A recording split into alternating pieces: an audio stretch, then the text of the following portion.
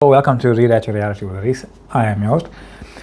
Today, I'm going to break down Neville Goddard's war story a little bit more succinctly, because the more you think about it, the more you contemplate it, the more you see how amazing it is as a reality creation story. So here's the thing, right? It's quite a famous story, but there's a lot of things within the story that people gloss over. And those little things answer your questions about what to do about the 3D world while you are in it. Nothing, because Neville did nothing, right? Many people speak about it as if, hey, there's some fixed eternal sequence that we are moving through, right? There's a war happening, you have to just go along with it, or whatever's happening, really, right? But if you really look closely, there's no objective reality, because no singular person had an objective experience about that experience, right? There's only a subjective experience about that experience. And I just pulled out 4 people who went to war and had a very, very subjective experience, very different to what you think it is, because what you are thinking it is just another subjective experience. Everything's purely subjective and everything simply exists. Who are you going to persist in, however? Or what are you going to persist in as the version of yourself persisting in it? Who are you? You are awareness. Persist in knowing your awareness. So taking Neville Goddard's story, he got drafted. Typical, right? He didn't want to go. Who wants to really fight a war? There are some people who do, right? Somewhere along the line, I read, I'm not entirely sure how accurate these are, he was fearful and he forgot the law for a moment and he wanted to be discharged. It doesn't really matter, but it goes along with the premise of what I'm talking about for the moment, right? So here's the thing. Sometimes we do feel fearful. Sometimes we do forget that we're all powerful, and sometimes we just want something to happen, right?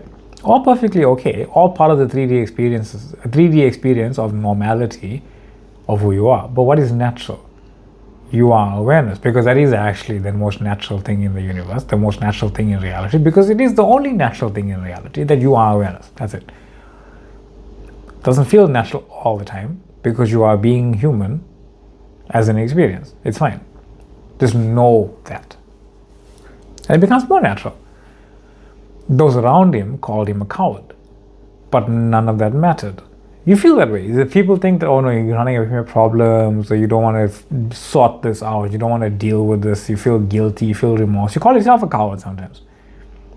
You get angry at yourself sometimes. You get angry at reality, and then you feel you got angry at reality, then you get angry at yourself, and you get angry at something or other, and then you go in the circle of, I am doing reality wrong. No, it's just an experience. You are reality forever and always. You don't have to own up to anything. You are the only authority in your life. The very simple reason that there's no objective reality, because you are the objective reality as reality itself. There's no objective tomorrow. We might consider there being a tomorrow, but that tomorrow doesn't actually exist. It only exists here and now. And think about what the dates of the day are. Nothing. It's just a day where the calendar has this image and this image and this image and this image. Arbitrarily doesn't mean anything.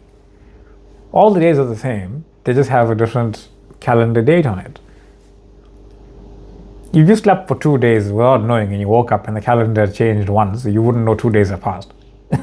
Honestly, right? You wouldn't know that. You wouldn't even know. That happens. People just fall asleep for like a week or whatever it was, wake up and they have no idea what day it is, because there's no objective day. So tomorrow is a loose term. It's not specific. It may not necessarily be what you desire as an appearance, but there's no specific tomorrow that exists out there. It always exists here and now. We call it tomorrow because of the day and night cycle. So Neville wanted to be discharged. He didn't imagine himself being discharged. He didn't imagine the war being stopped. He didn't imagine anything. He imagined only what he desired. To be in New York, back in his house, back in his bed. Nothing preventing you from imagining that and intentionally knowing my desire is this. That's what I prefer to be. That's what I'm pointing to. That's what I'm pointed into and as. That's where I'm living from. This assumption that this is who I am, because I'm imagining it, because I'm aware of it, because it's who I choose to be.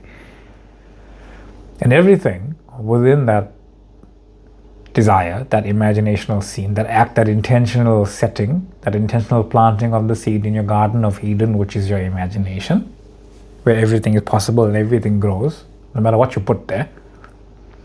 He was discharged a couple later. He didn't have to imagine the war stopping. He didn't have to imagine being discharged. He didn't have to imagine how to get discharged. He didn't have to imagine anything of the sort. He just imagined what he wanted. Bye. That's what it was. He didn't fight what was happening to him. He got denied 2 or 3 times. But he still carried on doing his duty. He still cleaned this. He still went there. He still ran up this hill, I guess. Right? He didn't try to change what he was doing. It just happened because he's a simultaneous being and reality can seemingly change like that. Another version of Neville went through the war because that exists. But the version of Neville we are aware of is the one that didn't, the one that knows reality creation, and the one that created a version of his own experiencing of reality where he didn't do that and made a story out of it. That's what we are imagining, all of us together. And there are other people who went into war and had a very different experience because there's no objective experience. Muhammad Ali, he just said, no, I'm not going. He went to jail for 5 years. Identity changed. I am the greatest boxer. You can't be the greatest boxer in jail, so you must have...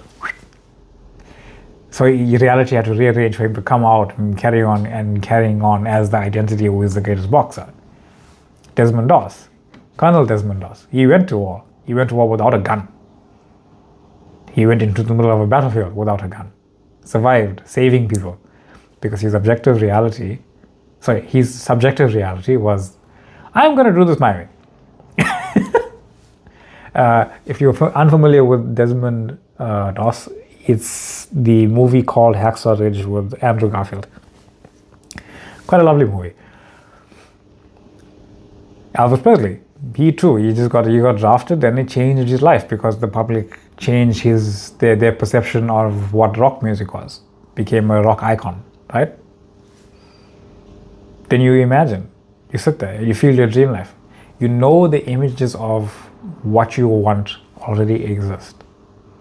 Then you try to imagine, you try to think about it. But often doubt and fear show up. Why?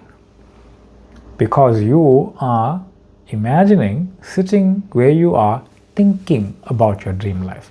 That's what creates the doubt, what creates the fear. It's kind of like this.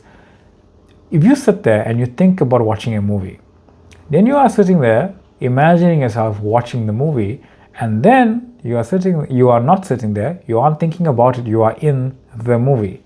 Very 3 different intentional scenes. Very 3 different intentional scenes of being, right? Imagining yourself watching a movie, thinking about watching a movie, and then being in the movie.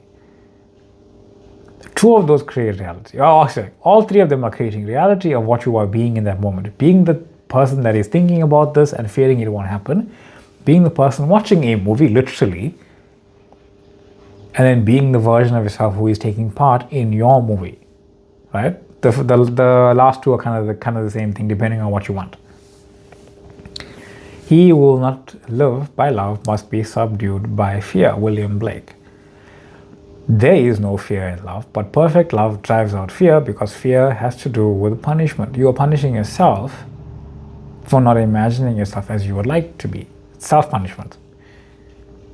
1 John 4:18, right? Because there's no one else doing anything to you. You are the only authority of your life. So when you're not being the identity you desire to be, you are thinking about it. Because your higher self knows what you want, but it can't give you what you want unless you do it first. And so fear enters, and fear is the punishment of not being. And the reason why it can't give you anything until you do it is because it gave you all of the authority to call forth whatever. If it had any onus on its own to give you something, you would not have any free will to call forth anything because it will be the one that is giving it to you. But you do have free will. So call for what you want. The one who fears hasn't been made perfect in love. You are perfect in love. The 3D version of yourself is also perfect, but it is an imperfect experiencing of perfection. Because love is simply being the identity you choose as awareness being it. And it's a very crucial distinction. When you set the intention and become the identity, the fear and the doubt dissolve. Because you're now being that person in your mind, in your mind's eye, right? When you only think about being that identity, doubts and fears appear. It's kind of, and you can do this with anything. You can think about whether you're gonna think about writing an exam and contemplate whether you're gonna pass or not. And then you feel the fear of, I need to pass. I need to make this happen. Or you can imagine, hey, you know what? I got an A. I can see myself with the A there. Whatever happens for that A to be there, it already happened. I am that. And yeah, sure, doubt and fear pop up, but they no longer matter because you know you have embodied the identity of having an A in faith. Your faith is you moving in the assumption that you are that identity. Regardless of what happens, you are stepping into that life. You are walking around in your imaginational scene as the identity you desire to be, and then you walk as the identity you desire to be. That's who you are. That's the direction you are pointed into and as. Right? So how do I walk as the identity? You already are the identity. Who you have imagined yourself into and as is who you are right now. Your acceptance is you walking into and as that identity. And here's the subtle thing that a lot of people miss, is that there is no process in the three-dimensional world that does the anything. Tough. No matter how much you script, it's not the scripting. No matter how much you affirm, it's not the affirming. No matter how much you pray to the moon, it's not the moon. No matter how much you want Mars to be in retrograde, it's not that. No matter how many gems you have, it's not that. Because none of the stuff in the three-dimensional world has any power. You are the power behind it. Any step, any ritual or action can be called a process. It's just what you're naturally doing to put your awareness onto your desired end. That's it. Right? You might as well have a notebook in your pocket. Someone does this. I can't remember who it was. They have a notebook in their pocket that whatever desire pops up, I am that. I am that already. Wouldn't it be wonderful? Oh, I'm suddenly desiring $10,000. No, wouldn't it be wonderful if I had $10,000? You bring your awareness on the reality where, you know what, yeah, I have $10,000. Because you know that when I'm saying, wouldn't it be wonderful to have $10,000, I'm putting my awareness on the reality where I have that. I'm asking in the knowing that whatever I'm asking, I already have. That's what their process was. But their process was to just put their awareness on that. The process was designed for themselves to just put their awareness on their desired end. It doesn't really matter how. And you can see it in two ways. I am the physical body speaking my reality into existence, or I am awareness. My physical body is speaking as the evidence of what I've already chosen as awareness. The second one is truth. And the kingdom is actually within you, right? When you close your eyes, this world is shut out. Like Isaac, you are blind to the outer world. Then I feel myself into the state of my desire level with my inner eyes, and I see it all around me. I sense solidity. I have a feeling of relief knowing it is accomplished. It is done. It exists. I have placed myself into and as this identity. That's never got out, and I just had a little spin at the end there. But you don't need the five senses perfectly aligned with your desired end. Just know that you are there. I am there. I couldn't be anywhere else because I am chosen to be here. I can't end up somewhere else. I have chosen to be here. I have embodied that feeling and I am the identity. You can imagine anybody, anything you wish in your mind. That's your kingdom. That's who you are. That is your freedom. That is you operating the power that you are yourself. And there is no objective reality. There is no objective reality. There can't be. There's a subjective experience of reality. And you hear this, oh, these people don't know what life is. Life is toil. It's not. That's just your experience of it. Nothing in the physical world does anything. Everything is within you. Who are you pointing yourself to be into and as? Into and as is the important bit there. I am reality as that version of reality, as that identity who is experiencing it. There is nothing you need to do, nor is there anything you can do from a physical point of view. All of it is within you. Who are you imagining yourself to be?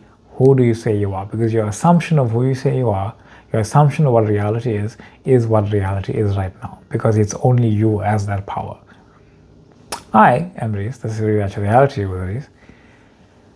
Bit of a segmented one there. Thank you all for being here. Thank you for the questions. Thank you for the following, the sharing, the liking, the beautiful comments on the videos every day. Much love to you all. TikTok page available if you want to check that out. Facebook group available if you want to join the community and post stuff there. My email is in the description box below if you want to get a hold of me. That being said, much love, much light, and I will see you all in the next one. Bye.